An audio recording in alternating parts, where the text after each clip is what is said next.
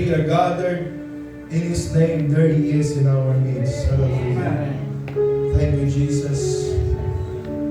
Our gracious and Heavenly Father, Lord, we are so blessed to be surrounded with your presence tonight, Lord Jesus. Sabi ito, Panginoon, hindi malapit ang dakong ito, Panginoon, upang puntahan ng iyong mga brides sa dakong ito. I am a witness, Lord, that since we started to serve you, Lord Jesus, walang record, Panginoon, na walang fellowship sa lugar na ito. And every time that we come, Lord, hallelujah, your presence is here. And tonight, Lord Jesus, we want to give all the glory to you, Lord Jesus. Dahil alam namin, Panginoon, na walang ibang pwedeng attraction sa lugar na ito kundi ang iyong presensya, Panginoon. And every time your presence is here, Lord, it brings hope, it brings joy to each and every one. And tonight, Father, bago po ang aming sama-samang panalangin, kami po ay manghihingi ng instruction, Panginoon, sa iyong salita. I pray that you minister to thy people. Thank you for this fellowship, Lord. Thank you for the pastors that allowing me to stand behind the pulpit to deliver your message as your vessel this tonight, Father. I pray that you will move, Lord Jesus. And I pray for the hearers of your word, even in the live streaming, Father. Pagpalain niyo po ang bawat isa. As we continue to promise whatever being accomplished, we will bring glory and honor to you, Father. Thank you, Lord, as we dedicate to you this day, this night. In Jesus Christ's name we pray. Amen. Amen. Hallelujah. I am not a visitor in this place. That's why I don't know about that introduction. Let's go directly to the Word of God tonight. Amen. If you have your Bible, just open in Psalms chapter 16, verse 11. I will be preaching a little sermon tonight. Amen. Our title is His Presence Bring New Hope. And our subject is Then Jesus Came. 16 verse 11 ng Psalms. Thou wilt show me the path of life. In thy presence is fullness of joy. That at thy right hand there are pleasures forevermore. In Romans chapter 15 verse 13, sabi ni Paul, now the God of hope fill you with joy and peace in believing that ye may bound in hope through the power of the Holy Ghost. Amen. You may take your seat tonight. Amen. It's a joy to see you all serving the Lord. Keep on the firing line. Amen. Hallelujah. At hindi naman po tayo nagkakalayuan because I always see you in the live streaming. And of course, every time nakapunta tayo dito, memories back. It lingers all the struggles, no? Simula na naglilingkod tayo sa Panginoon.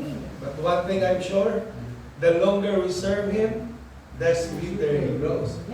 Hallelujah. Salamat sa Panginoon. Talapakan natin ang ating Panginoon. I salute all the dedications of the believers in this place kasi hindi po talaga malapit itong lugar na ito. At walang po talagang magandang attraction dito. Walang mall, walang magandang kalsada, wala lahat. But, you know, when you come to this place, amen, there is only one attraction that no other people can understand. Amen? Hanggang ngayon, marami pa rin nagtatanong, ano bang meron sa lugar na yan? Bakit mula noon, sa panahon pa ni Bilya Campa, hanggang ngayon, wala niya ako na sila nagkaunta? Amen. Hallelujah! At isa lang po natin sabihin, the time when we come to this place, our life will never be the same again. Amen. Hallelujah. And every time we yield our lives to the Lord into His presence, amen, meron kakaibang joy na tayo nakukuha. Every time na makakainom tayo ng tubig mula sa balong ng revelation na ibinibigay ng Panginoon sa likuran ng puso natin, mga kapatid, na ito ang nagbibigay sa atin ng kinang. Amen? Hallelujah! Hindi na maintindihan sa iba. Amen? But you can only tell because your experience follow. Amen. And tonight, I want to put the title, His Presence Bring New Hope. Amen. And then Jesus came. Sabi sa Psalms, Thou wilt show me the path of life. How many knows that the footsteps of the righteous are ordered by the Lord? Amen? If you are speaking about predestination or speaking about ordination, nothing happens by accident to us. Amen? Hallelujah! Pag tinignan natin ang eternal security at pag tinignan natin yung word na assurance, mga kapatid, hallelujah, merong mga pinili ang Panginoon bago palalangin ang sanlibutan. Amen? And it is by revelation that when you hear the message of the hour, amen, you are being captured by the Word of God. Kaya ka dinala ngayon dito sa katotohanan ito, hindi ikaw ang pumili sa Kanya, hindi ikaw ang naghanap sa Kanya, but it is His appointed time that He found you. I will say amen. At ang predestinadong bini, hindi na siya basta niligtas ng Diyos. Hindi na siya basta binayaran ng Diyos, hindi na siya basta, mga kapatid, ay itinalaga, hindi sabi ng Bible sa Romans, those He ordained, He called. Amen? Then He called, He justified. Then He justified, He glorified. It is all the process that God can do alone. Siya lang yun mga nagawa nun. Amen? Pero mga kapatid, whether we like it or not, we are being placed in this flesh. At nandito tayo sa ibabaw ng lupa, mga kapatid, for a journey and an experience. Hallelujah! Mga kapatid, hindi lang tayo basta i-guide kita sa Ginoo. Amen? So dito, Thou wilt show me the path of life, and in Thy presence is fullness of joy. At Thy right hand there are pleasure forevermore. Now, pag sinabi mong right hand, amen mga kapatid, it is the power of God. Hindi niloglaog yan na nag-guide sa ato. It is the right hand of God. Amen. Hallelujah. Ang mga lang inasabi sa Bible na hindi na siya makita mo. Unseen force. Kung kisa maabot sa sitwasyon ta sa atong kabuhi, kaya kadulong naging, kaya kisa daw kabudlay naging lutsan. Amen daw, kisa daw matya po daw, hindi naging kakagwa. Amen. Pero sabi ng Bible, greater is He that is in us. That is in the Word. Amen. Sabi sa Romans, now the God of hope, ang Diyos ng pag-asa. Amen. That will fill you with joy and peace. Amen. Kaya mga believer, mga kapatid, bisa wala na ng kwarta, pero may joy. Amen. Oh my God. Hallelujah. Amen. Meron peace. Hindi peace nga nag-aabot sa isda, kundi may aral sa niya kapayapaan. Amen.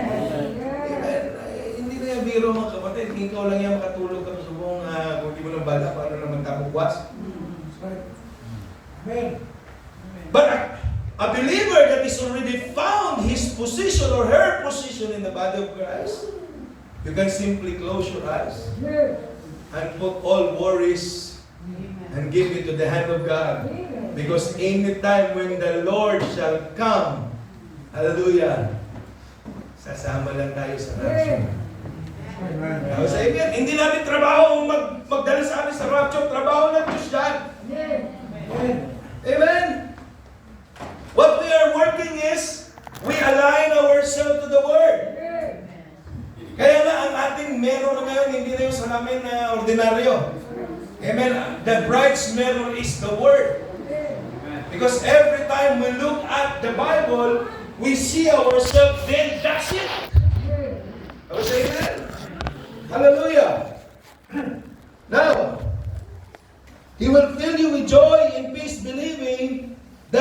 abound in hope to the power of Holy Ghost. Kaya mga kapatid, hindi yan ordinaryo mga kapatid. This church is, ilang years na to? 42. So hindi na tayo nag-uusap dito ng justification. We are not going to talk about sanctification. I'm not going to talk about the gift of the Holy Spirit.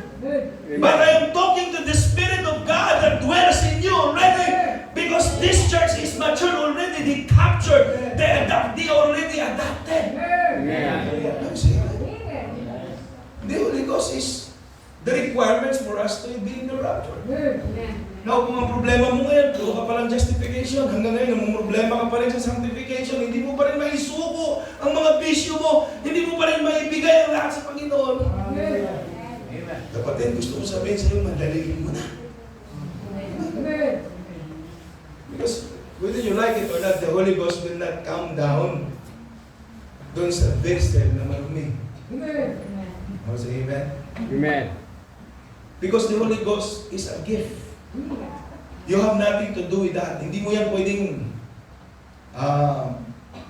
hindi mo nga pwedeng trabahuin yan eh.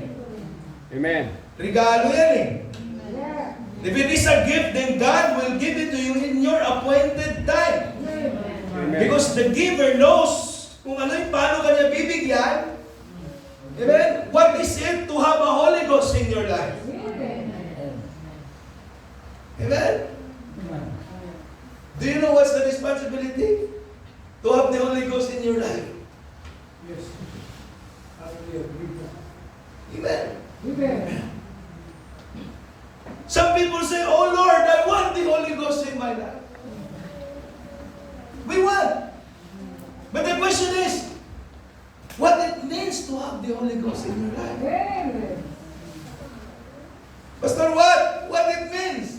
It means to say amen to the Word of God. You know, when you have the Holy Ghost in you, you will punctuate every word. Will say amen. Amen. Why is it easy for Jacob to receive the birthright? Amen.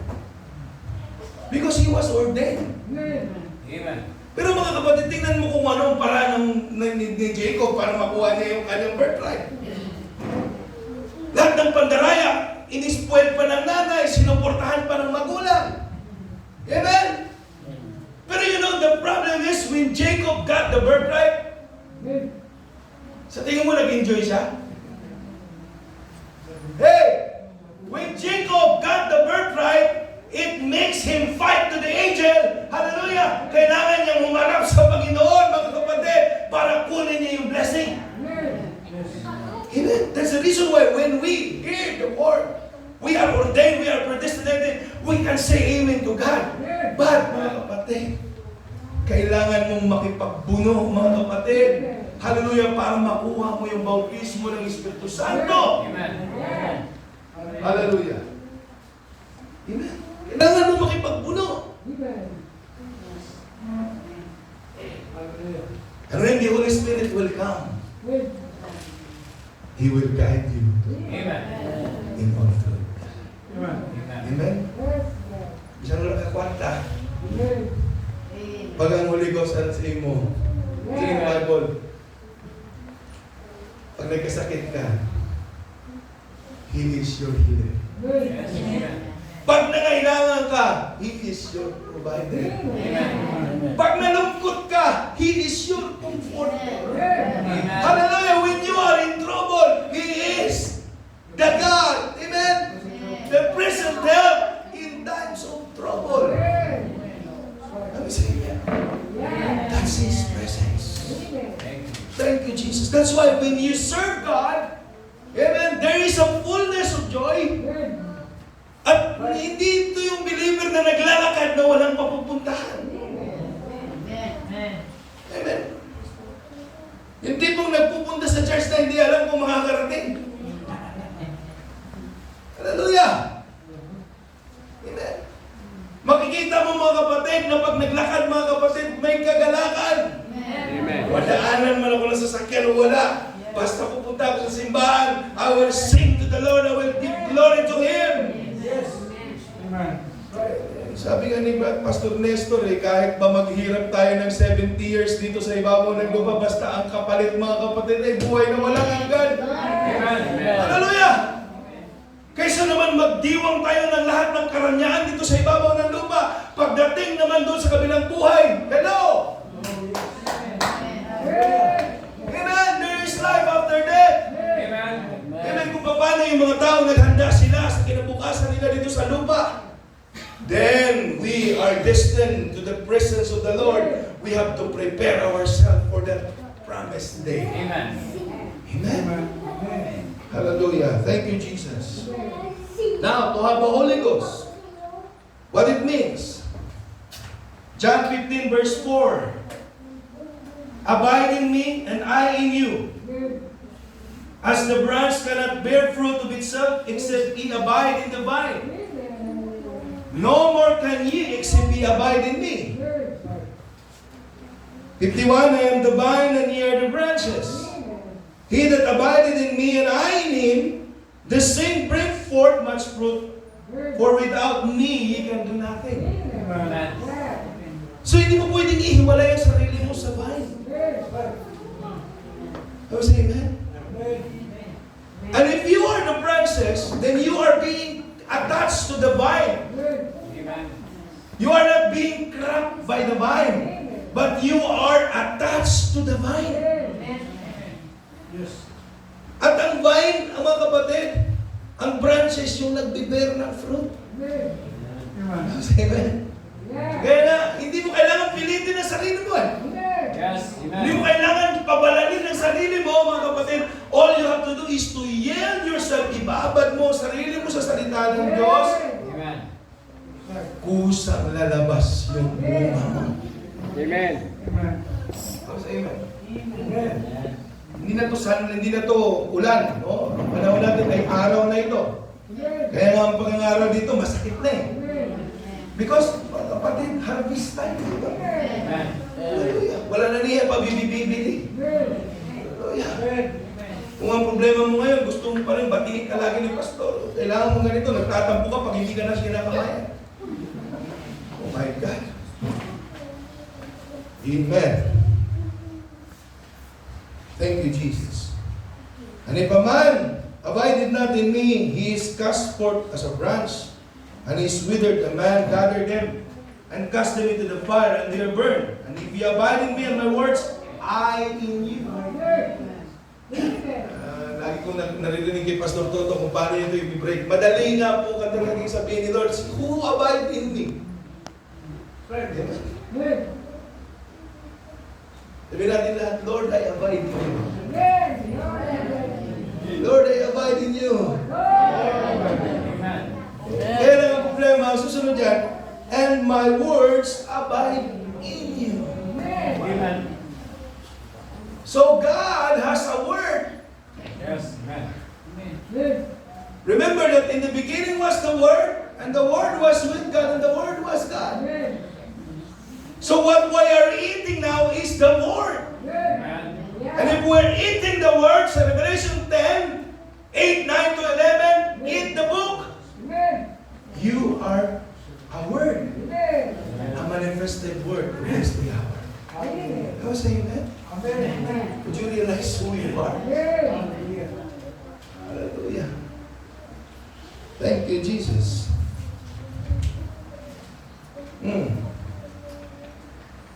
Ye shall ask what ye will, and it shall be done unto you.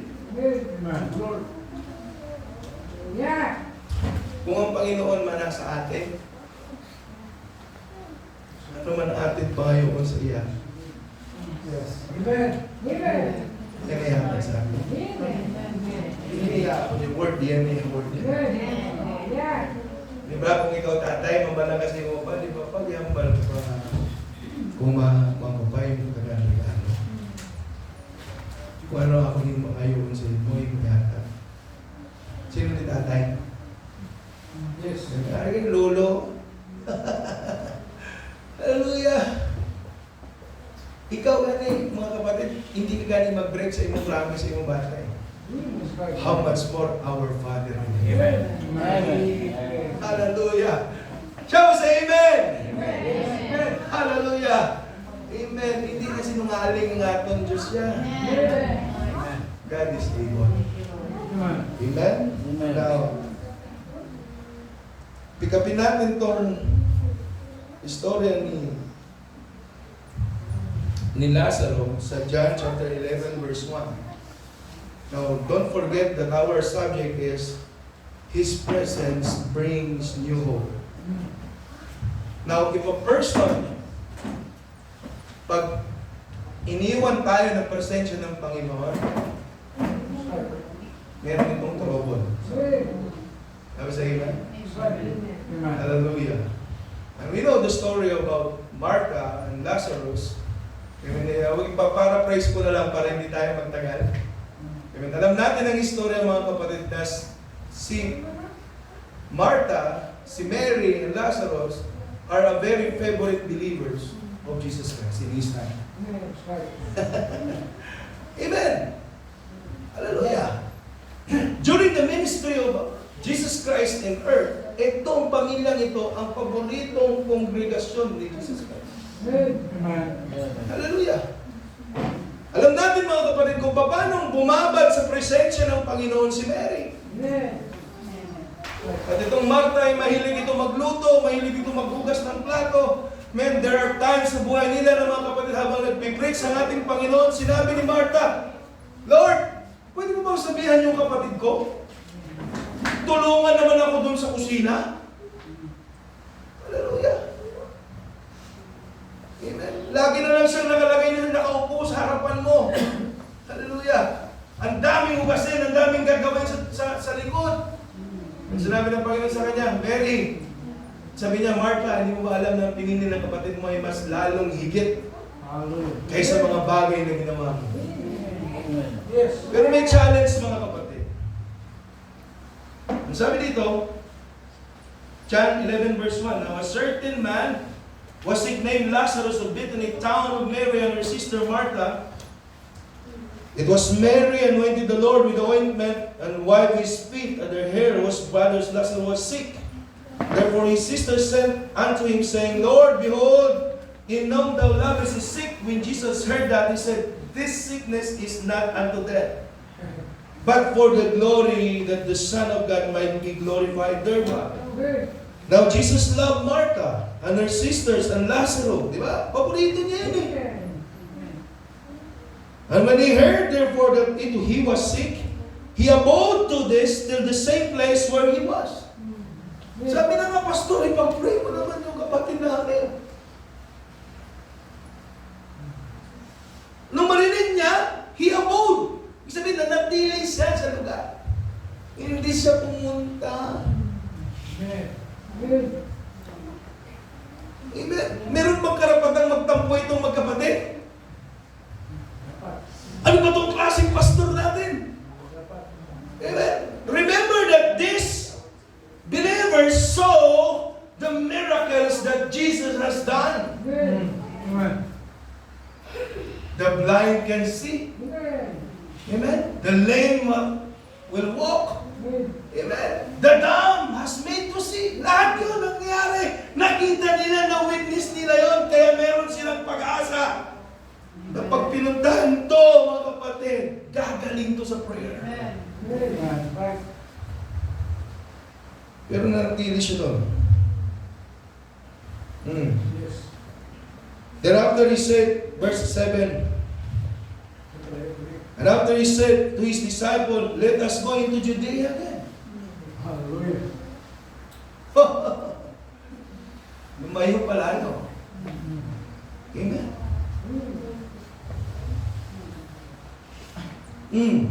His disciples said to him, Master, the Jews lay to stone thee. Goest thou hither again? Jesus answered, there are not 12 hours in the day. If any man walk in the day, he stumbled not because he seeth the light of this world. But if a man walk in the night, he stumbled because there is no light in him. This thing said, after that he said unto them, Our friend Lazarus sleepeth, but I go that I may awake him out of sleep. Pero ang akala nila, natulog lang. Kaya sabi ng mga disciple, kung natulog siya, edi mas mabuti. But Jesus, He speaks in He do well, howbeit speak in His death. But Jesus speak of His death, but He brought that He had spoken to the taking of rest and sleep. And Jesus said unto them, plainly Lazarus is dead. I am glad for your sake that I was not there. Hallelujah. Remember, when Jesus is there, Lazarus cannot die.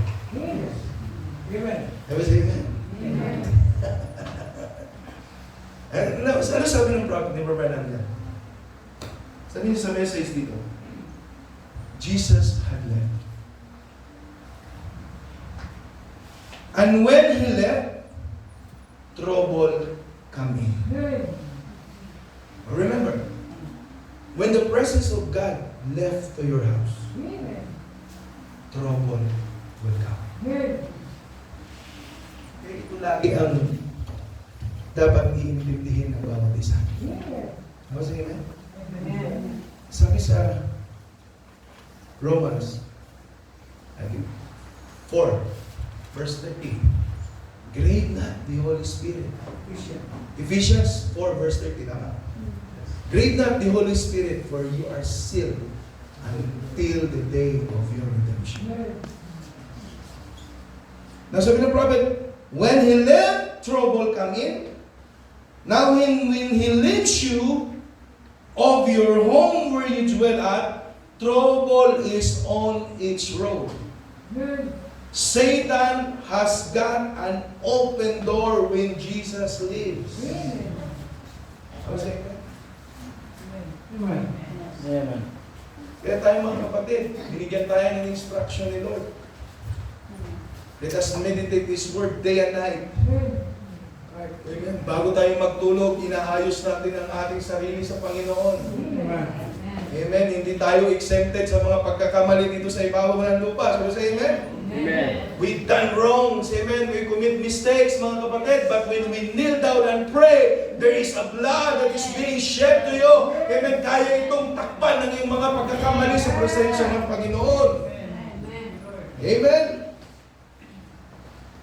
No? So, and death had lingered with Lazarus.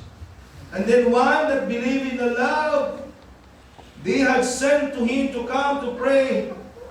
Because they have seen him and showed that he know God, and whatever God, Martha expresses back there, whatever thou says to God, and God will do it, she recognized, and he and God was one. He was the word of the hour, so she recognized that. She knew if she could ever get in contact with him, but he was gone and they couldn't get a hold of him. And they sent for him, and instead of him coming, he went farther. Then he sent again, and instead of him coming, he went on farther. Sometimes we wonder why those things happen.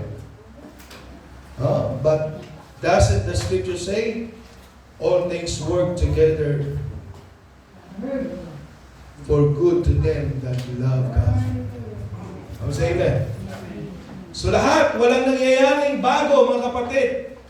Walang nangyayaring hindi alam ng Diyos. Amen. Pinapahintulutan ng Panginoon. Sometimes we are being put in trouble. Amen? Para i-preserve tayo ni Lord sa mas matinding kapahamagan. Amen? He allows things. Kasi ipipreserve ka ng Panginoon. For much danger. No?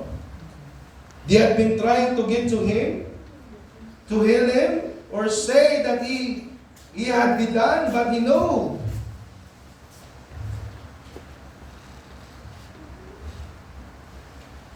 But he knows what he's doing. If he delays, that's right. He knows what he's doing. There was a purpose. So mga kapatid, meron pala tayong mga pinagpipray sa Panginoon na hindi pa dumadating. Ha! Hallelujah! Sino dito may mga prayer na hanggang ngayon hindi pa sinasagot ni Lord? Amen! But when He delay, He has a purpose. Amen. Diba sabi? At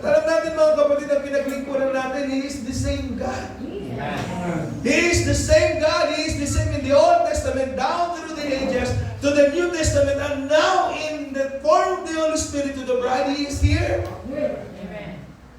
We will not lose hope. Amen. Even we will keep pressing on. Amen. Now, we found out that He said in John 5:19, "Verily I say unto you, the Son can do nothing himself but what He sees the Father doing." The Father had told Him to go away and to do many things. And after He was accomplished, then He said what He said, "Our friend Lazarus sleepeth." Why? Because God wants to display the power of God. That whatever things He will do, and only believe all things are possible. Amen. Amen. Yes. Say amen. 48 hours late, but He is still on time. Yes. Amen. Hallelujah. Who can do it? Siya lang. Only God, amen, can do it. Amen. Amen. Hallelujah. That's why when Mary knows that Jesus is coming, then Jesus comes. Amen. It brings hope. Yes. It brings joy. Right. Amen. Say, Right. Amen. hallelujah. Sino ang dumating sa panahon natin? Revelation 10:1, and the mighty angel came down. Yes. Hallelujah. Sino ang kasama natin, mga kapatid? Hallelujah.